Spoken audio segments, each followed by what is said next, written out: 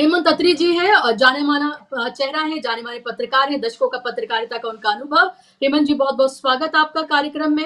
हेमंत जी, शुरुआत में आपसे करूं, ये जो इस गांव का जो मामला सामने आया है, ये बेहद संगीन मामला है कि गांव वाले, अवेयर गांव वाले, मैं बल्कि उनको क्रांतिकारी बोलूंगी कि उन्होंने इतना बड़ा फैसला उन्होंने सुनाया और एक तरह से सोचा उन्होंने कि वो इतना बड़ा कदम उठाएं जो हमें पहले कभी देखने के लिए नहीं मिला। उन्होंने इतनी हिम्मत दिखाई, लेकिन आप देखिए कि इस दमनकारी सरकार ने क्या किया, उनको कैद कर दिया, उनको उस अधिकार से भी वंचित कर दिया। ये सुनहरा मौका था इस सरकार के पास भी और चुनाव आयोग के पास भी, दूध का दूध पानी का पानी हो जाता। क्या आपको लग रहा है कि डर गई है सरकार, बैकफुट पर है चुनाव आयोग और फंस गया है चुनाव आयोग, ये सब कुछ करके जो आज हमने वहां पर देखा? बुशरा जी नमस्कार, आपको सारे दर्शक साथियों को। सबसे पहले जो आपने बात कही कि बीजेपी डर गई है या कौन डर गया है, हकीकत यह है कि जो शोलापुर जिले का जो ये गांव था, इस गांव ने पूरी दुनिया के सामने एक मिसाल पेश की है जागरूकता की, और अपने दम पर किस तरीके से बड़े बड़े लोकतंत्र की जो शक्तियां बैठी है, जिसको पूरा भारतीय जनता पार्टी का इकोसिस्टम है, एक गांव के 2,500 लोगों ने उस पूरे इकोसिस्टम को हिला करके रख दिया। हकीकत क्या है, इस गांव के अंदर 2,000 वोटर थे, 1,900 वोटर्स ने वोट डाला। लोग अभी जो विधानसभा के चुनाव थे 20 तारीख को। बुशरा जी, आपको जानकर हैरानी होगी कि प्रत्याशी वही जीता उस निर्वाचन क्षेत्र से जिसका ये लोग दावा कर रहे हैं, उसमें कोई कंफ्यूजन नहीं। एनसीपी का प्रत्याशी जीता, लेकिन एनसीपी के प्रत्याशी को यहां बीजेपी से कम वोट मिले। और कम वोट भी कैसे मिले, that is very interesting. BJP के प्रत्याशी को यहां पर 1,003 वोट मिले, और जो एनसीपी शरद पवार गुट का व्यक्ति था उसको 843 वोट्स मिले। लेकिन गांव वालों का यह कहना है कि हमारे गांव में जो हमने वोटिंग की है उसमें जो भारतीय जनता पार्टी का कैंडिडेट, उसको 100-150 से ऊपर वोट नहीं मिल सकते, उसको 1,000 कैसे मिल गए, ये हमें स्वीकार नहीं है। और अगर प्रशासन इस बात को दूध का दूध पानी का पानी नहीं करता तो हम अपना इनिशिएटिव लेंगे। और उन्होंने जो इनिशिएटिव लिया वो आपके दर्शकों के लिए, पूरे देश के लिए और पूरे लोकतांत्रिक शासन वाले सारे देश है दुनिया में, उनके लिए एक मिसाल है। जब प्रशासन ने हाथ खड़े कर दिए, उनको कन्विंस नहीं कर पाया, चुनाव आयोग आज तक 23 तारीख से लेकर आज तक कोई स्पष्टीकरण नहीं दे पाया महाराष्ट्र के तमाम सवालों पर, जो लॉजिकल है, जो डेटाबेस पे है, जो एनालिसिस के ऊपर बेस्ड है। चुनाव आयोग कहीं ना कहीं बचता घूम रहा है। इन लोगों ने क्या किया कि अगर आप नहीं करते कोई बात नहीं, हम अपने गांव के अंदर, उनके गांव में 2 बूथ है, उन्होंने कहा हम दोनों बूथों को अपने लेवल पर मॉक पोल करेंगे।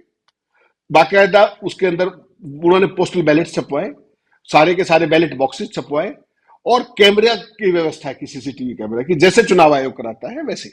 तो ऐसी एक्सरसाइज तो बिल्कुल पारदर्शी एक्सरसाइज है। और उन्होंने कहा कि वोट भी वही लोग डालेंगे जिन्होंने 20 तारीख को डाले थे, ऐसे नहीं कि सब डालेंगे, केवल वो लोग जो 20 तारीख को वोट डाल के आए थे वो सारे वोट डालेंगे। ये एक बहुत ही ईमानदारी का, पारदर्शी तरीका था। लेकिन आप सोचिए चुनाव आयोग ने क्या किया, सामने नहीं आया चुनाव आयोग। उन्होंने जो खेल किया कि जो शोलापुर प्रशासन था, सुबह सुबह वहां पर पैरामिलिट्री फोर्स भेज करके और गांव में कर्फ्यू घोषित करा दिया। गांव के अंदर लैंड ऑर्डर की कोई सिचुएशन थी क्या, कोई तनाव था क्या, इस पूरी कवायद से क्या कोई तनाव होने की गुंजाइश थी क्या? गांव वाले तो स्वतः स्फूर्त खुद ही कर रहे थे, ये केवल और केवल डेमोक्रेटिक क्रेडेंशियल्स, अपनी च्वाइस को स्टैब्लिश करने के लिए कि देखिए हमने ये किया था और ये सच्चाई है। और आप सोचिए इसका फॉल आउट क्या होता। जो गांव के लोग ये कह रहे हैं कि हमारे गांव में 100 से 150 से ऊपर वोट नहीं मिलने चाहिए बीजेपी को, वहां बीजेपी को राजीव कुमार की मशीन में कितने वोट मिले? 1,003। इसका मतलब 6 से 7 गुना वोट जो ग्रामीणों का दावा है उससे ज्यादा मिले। इसके अगर आप फॉल आउट्स देखेंगे तो पूरे महाराष्ट्र का चुनाव परिणाम पलट जाएगा। और ये एक पेंडोराज बॉक्स होता जो पूरी बीजेपी और राजीव कुमार का जो इकोसिस्टम है, जो उनका मिलकर सारा करते हैं वो मिलीभगत से, उस सारे को नेस्तनाबूद कर देता, उसको एक्सपोज कर देता, उसको तार तार कर देता। तो ऐसे में जितनी शर्मनिरपेक्षता कहने को तो शोलापुर प्रशासन ने बरती, लेकिन पैरामिलिट्री फोर्सेस तो उनके अंडर नहीं है। अब सवाल यह है कि विपक्षी पार्टियों का रोल क्या था। सही बात है कि उनको सामने नहीं आना चाहिए था, लेकिन जब सरकार ने यह दमनकारी फैसला किया कि वहां पे कर्फ्यू लगाया जाए, तो विपक्ष कहां था? विपक्ष का जो हाल है वो आप कल्पना कर सकती है, जो इस चुनाव में किया गया है मैं कह रहा हूं बहुत जिम्मेदारी के साथ। और उसके बावजूद भी विपक्ष जाग नहीं रहा है। गांव के लोग अपने लेवल पर सारी चीज कर रहे हैं और विपक्ष इस पूरे सीन से गायब है। अगर इसका आप मल्टीप्लायर इफेक्ट देखते, मान लीजिए यहां पर आज पोलिंग हो जाती, राजीव कुमार को लेने के देने पड़ जाते, क्योंकि फिर ये शुरुआत होती और इसका कोई अंत नहीं था। फिर महाराष्ट्र के तमाम गांवों के अंदर ऐसे इनिशिएटिव होते, कौन जाने कल को हरियाणा के गांव में इस तरह के इनिशिएटिव हो जाते। लेकिन गांव के लोग वास्तव में उन्होंने सैल्यूट करने का काम किया है। लेकिन जैसे सरकार ने जो किया, सरकार से तो आप ये अपेक्षा कर ही सकती है, उनसे तो यही उम्मीद करते हैं, राजीव कुमार से भी यही उम्मीद की जाती है। लेकिन जो विपक्ष का घटिया रोल रहा, जो सीन से दूर रहे पूरे के पूरे, नहीं तो उनको इमीडिएट पार्लियामेंट चल रही थी, उनको पहला काम आज ये उठाना चाहिए, क्योंकि डेमोक्रेसी की लड़ाई है कि भाई उस गांव में आपने कर्फ्यू किस बात पे लगाया, क्या लोग लैंड ऑर्डर हाथ में ले रहे थे, उनका एक मॉक पॉल की अपनी एक एक्सरसाइज थे, आप करने देते, वो तो कोई कानून वायलेट कर ही नहीं रहे ना, उनकी एक्सरसाइज से चुनाव परिणाम पे भी कोई इंपैक्ट नहीं हो रहा। वो तो एक मैसेज देना चाह रहे थे पूरे देश को, इनको एक्सपोज करना चाह रहे थे।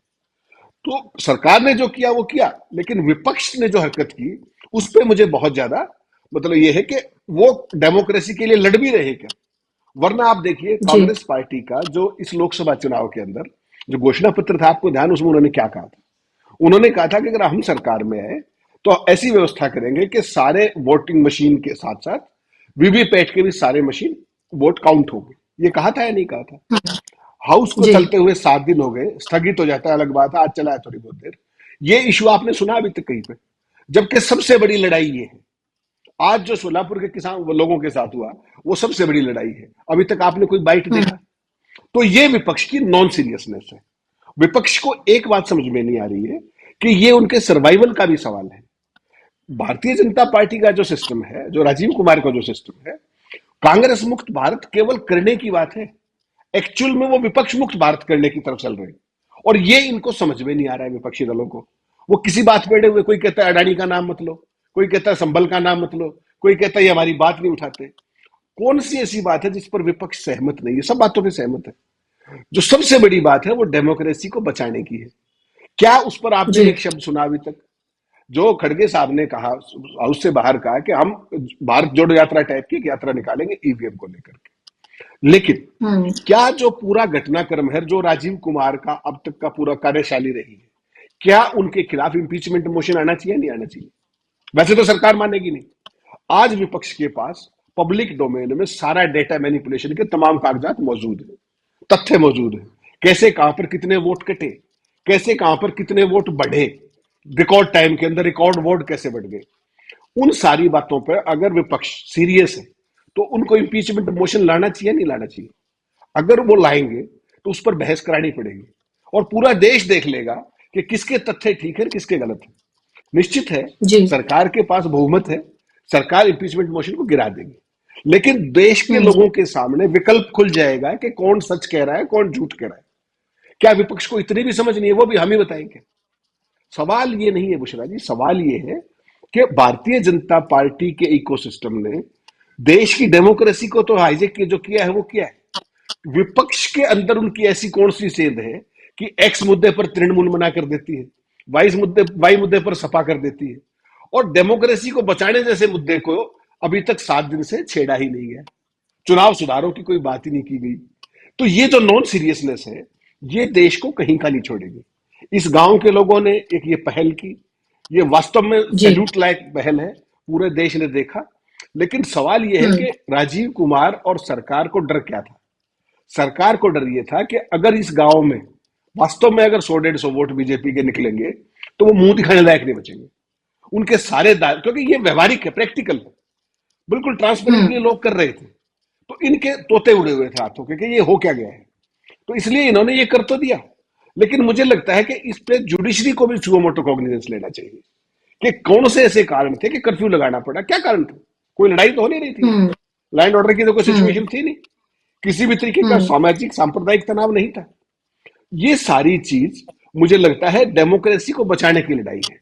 और विपक्ष को एक बात समझनी पड़ेगी कि अगर वो अब भी नहीं जागे, आपने एमपी में देखा, फिर छत्तीसगढ़ में देखा, हरियाणा में देखा, अब महाराष्ट्र में देख लिया, 2 महीने बाद, एग्जैक्ट 2 महीने बाद दिल्ली का चुनाव है, फिर उसके बाद आपको पता है बिहार का चुनाव है। अगर यूं ही पिटते रहे अलग अलग तो फिर कहां बचेंगे? जो खेल महाराष्ट्र में वास्तव में कल्पना भी नहीं की थी, खुद भाजपा ने भी नहीं की थी। ये बात विपक्ष को सोचनी पड़ेगी। बीजेपी, राजीव कुमार चले जाएंगे, कोई और राजीव कुमार आ जाएगा, कोई बहुत बड़ी बात नहीं। लेकिन जो सिस्टम की तबाही की गई है, उसको बचाने का जो एक पूरा का पूरा बीड़ा इस गांव के लोगों ने उठाया था, उस वो विपक्ष की नालायकी के कारण वो पूरा मामला आज खराब हो गया। सरकार ने तो करना ही था। तो मुझे लगता है विपक्ष को अब जागना पड़ेगा, एकजुट होना पड़ेगा, एक स्वर के अंदर इस लड़ाई को बिल्कुल एक निर्णायक उस तक ले जाना पड़ेगा। वरना आप देखिए दिल्ली में भी वही होगा और बिहार में भी वही होगा जो भारतीय जनता पार्टी और उसका इकोसिस्टम चाहेगा, which is not good for democracy. बिल्कुल।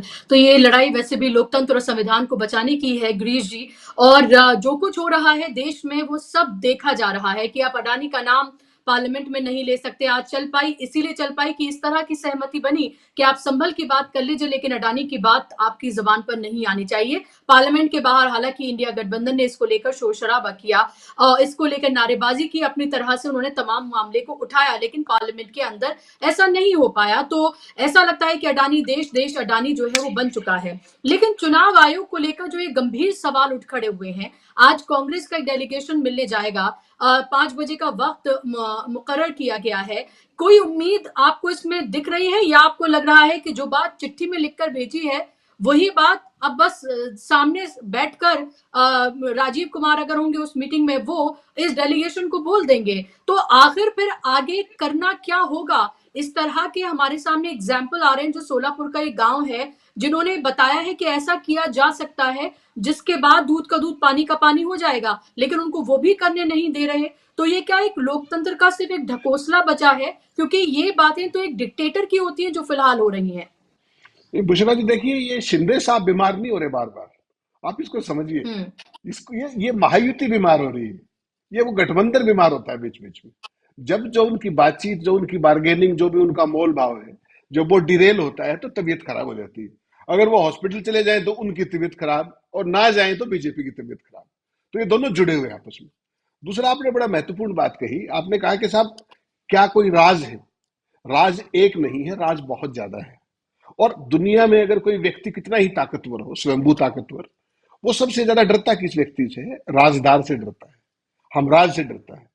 आज की तारीख में शिंदे साहब भाजपा के हमराज हो चुके हैं, चाहे वो पिछले 3 साल का शासनकाल हो, या जो ये चुनाव के अंदर जो खेला हुआ है महाराष्ट्र में कथित तौर पे, उसके भी राजदार हैं। क्योंकि उनके बिना नहीं हो सकता। वो मुख्यमंत्री कुर्सी पे जैसे भी थे, लेकिन कहने को वो थे, प्रशासन की कमांड उनके हाथ में थी। अधिकारी, सारा फीडबैक, सारे षड्यंत्र, सारी साजिशें, सारा डेटा मैनिपुलेशन का गेम प्लान उनके कॉन्फिडेंस के बिना नहीं हो सकता है। तो आज भारतीय जनता पार्टी दोराहे पर खड़ी हो गई है आके। देखिए, जो मेरे पास फीडबैक है वो बड़ा स्पष्ट है कि अमित शाह किसी भी सूरत में ये नहीं चाहते कि देवेंद्र फडणवीस वहां पर चीफ मिनिस्टर बने। क्योंकि वो एक किस आपको पता है कि योगी ही उनके रास्ते में अड़े पड़े हैं, रास्ते में खड़े हैं। उनको ये लगता है, अमित शाह की एक महत्वाकांक्षा आपको पता है, एक महत्वाकांक्षा उनकी थी गुजरात का सीएम बनने की। जोशी जी ज्यादा बताएंगे, वो उनकी आज तक पूरी नहीं हुई। उन्होंने भाजपा के 2 बार राष्ट्रीय अध्यक्ष जरूर रह गए, वो इस देश के गृह मंत्री, द मोस्ट पावरफुल, जो अलेजली आज तक के सबसे मोस्ट पावरफुल, उसके बावजूद भी जो गुजरात के सीएम बनने की उनकी महत्वाकांक्षा थी वो पूरी नहीं हो पाई।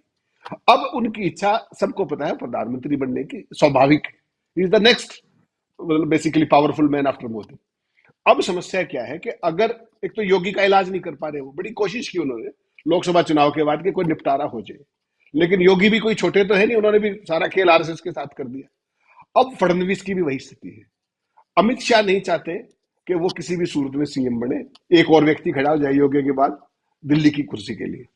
और उनका क्या गेम है कि किसी तरीके से फडणवीस को दिल्ली लाया जाए और उनको भाजपा का अध्यक्ष बना दिया जाए।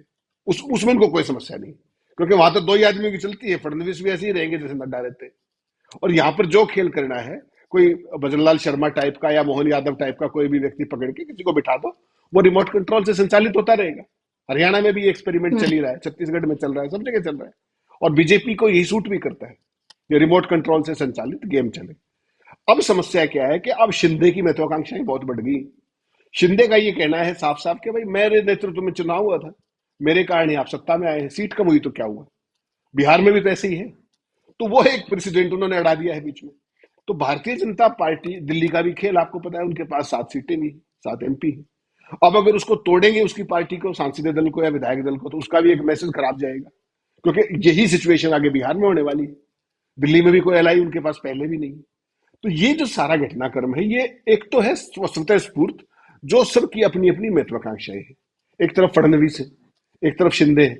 अजीत पवार ने अपना दांव लगा लिया है कि वित्त मंत्रालय और deputy CM, he is happy with that. अगर अजीत पवार भी अकेले आते हैं, सरकार तब भी बीजेपी की बन जाएगी, कोई समस्या नहीं। लेकिन शिंदे का क्या करें?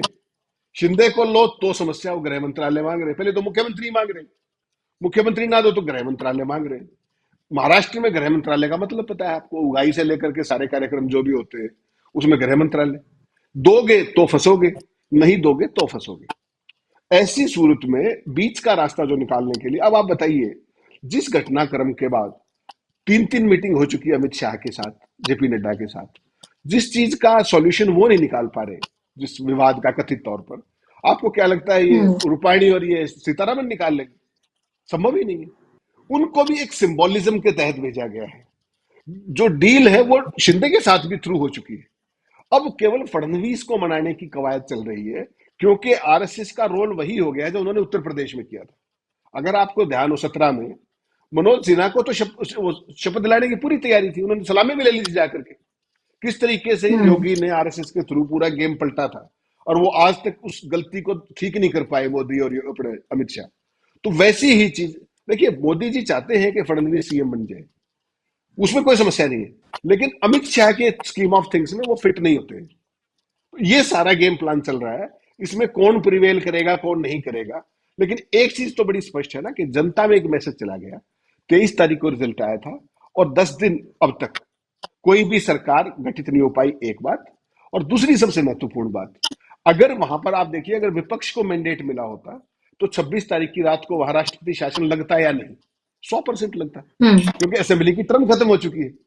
उसके बाद राष्ट्रपति शासन इज द ओनली ऑप्शन। लेकिन मोदी सरकार ने उसको भी वो कर दिया, अंडन कर दिया कि कोई बात नहीं, विधानसभा नोटिफाई होगी।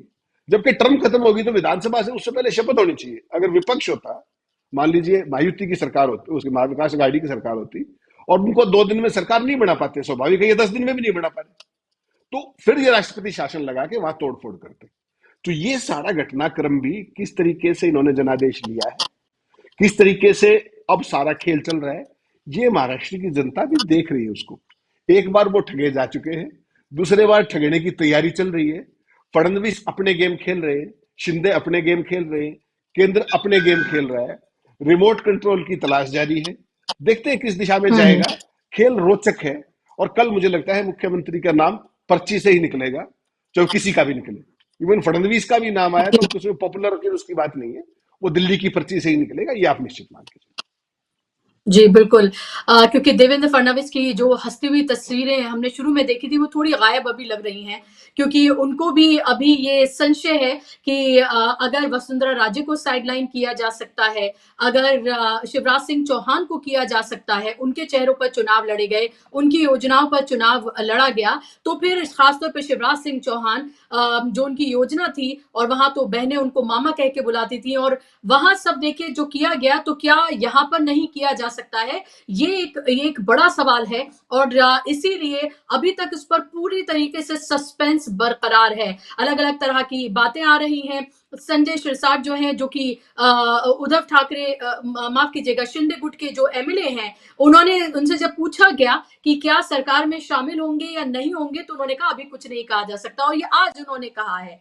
तो क्या ये मान लिया जाए कि अभी भी पूरी तरीके से पत्ते नहीं खोले हैं, और क्या आपको लग रहा है जोशी जी कि अभी भी वक्त है? क्या आपको भी ये लग रहा है कि पर्ची से ही नाम डिक्लेयर होगा, या आपको लगता है फडणवीस के चांसेस ब्राइट हैं, क्योंकि वो आरएसएस के करीबी हैं, और आरएसएस चाहेगा कि 100 साल जब उसके पूरे हो रहे हैं 25 में, तो कोई ब्राह्मण ही बने।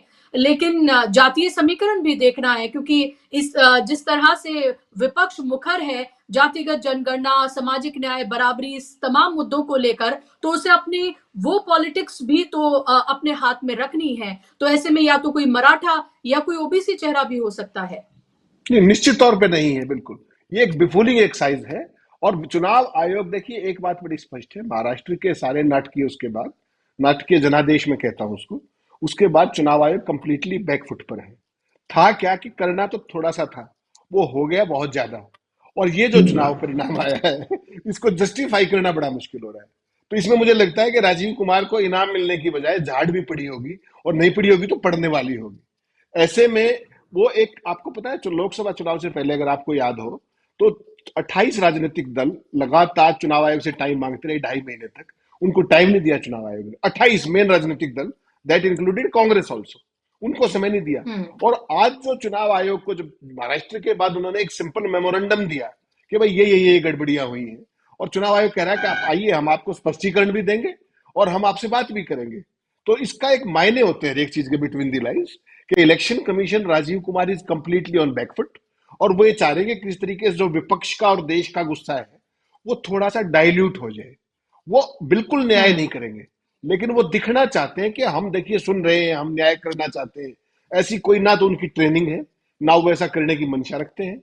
It's just a befooling tactics, it's a time buying tactics. Haryana में देखा होगा आपने, जो इतनी शिकायतें गई, सेम डे डेलीगेशन, सेम सारा घटनाक्रम हुआ था। उसके बाद जी। हरियाणा को इन्होंने कितनी बदतमीजी के साथ 1600 पेज का जवाब दे दिया था, 1600 पेज, लेकिन एक भी सवाल का जवाब नहीं दिया था। तो ये अपनी उससे नहीं जा सकते। ये केवल टाइम बाय कर रहे हैं, मुद्दे को डाइल्यूट कर रहे हैं, और लोगों का ध्यान बिठाने के लिए कि देखिए हमने न्याय करने की कोशिश की है तो विपक्षी नहीं मान रहा है। तो ये इनका केवल एक नाटक है, ये पोस्चरिंग है। इस चुनाव आयोग से राजीव कुमार के रहते I don't expect anything which is judicious in nature. ये सारा मैनिपुलेशन का सब कुछ है, और इसमें इनसे कोई भी जी। उम्मीद करना केवल और केवल नासमझी और इमेच्योरिटी है।